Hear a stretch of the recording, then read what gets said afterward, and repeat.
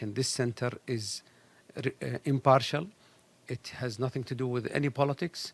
We reach those who are in need wherever they are in Yemen.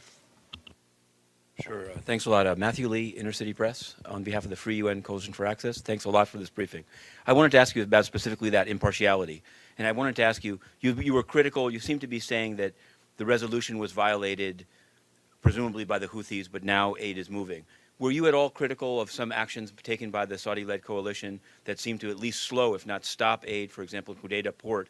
I just want to know, as a humanitarian organization, are you willing to either acknowledge or have you seen any problem caused by the coalition? And I wanted to ask Mr. O'Brien, is this a new trend in the humanitarian world in which the leader of a military coalition that at least according to the Office of the High Commissioner of Human Rights is partially responsible for some of the humanitarian suffering on the ground is directly creating MOUs and funding specific aid flows, and what does it mean for the future of aid? And for the ambassador, if you could, I've been wanting to ask you this: the inclusion of Sudanese troops in the coalition as ground forces, given the allegations by the ICC and others of abuses inside Sudan, what can you say about that? Some people say it's kind of contradictory, and are they vetted, or how does it work?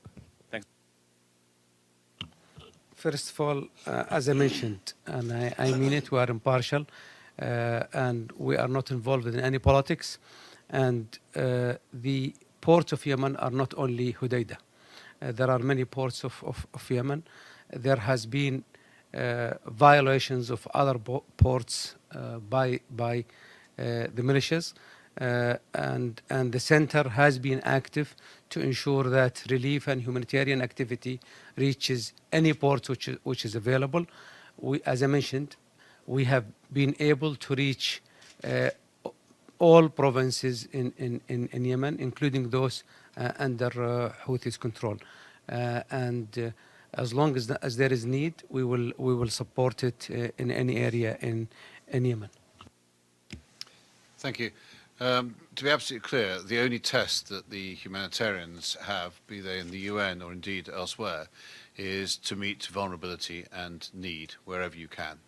And as part of the MOU signing, which you heard referred to earlier, part of that was to enshrine within those agreements the principles of humanitarian action, which have been signed up to, and you've just heard that repeated in principle by Dr. Rabeeah, in terms of impartiality and the absence of any kind of partiality or breach of neutrality. So the fact that in this ever more complex world where we have more conflicts within states rather than between states, these kinds of situations are not going to be unusual or rare. So I don't think it's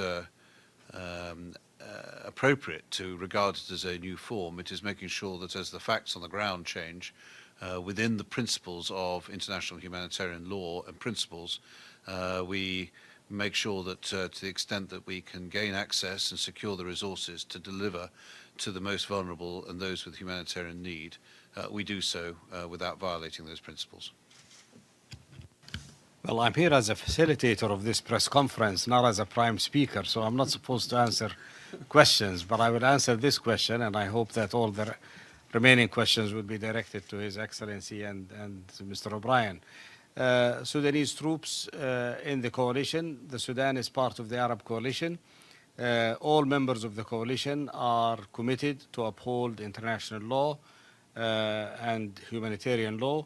The Sudanese troops will be expected to hold to these standards, just as the troops from other coalition members are also expected to do the same.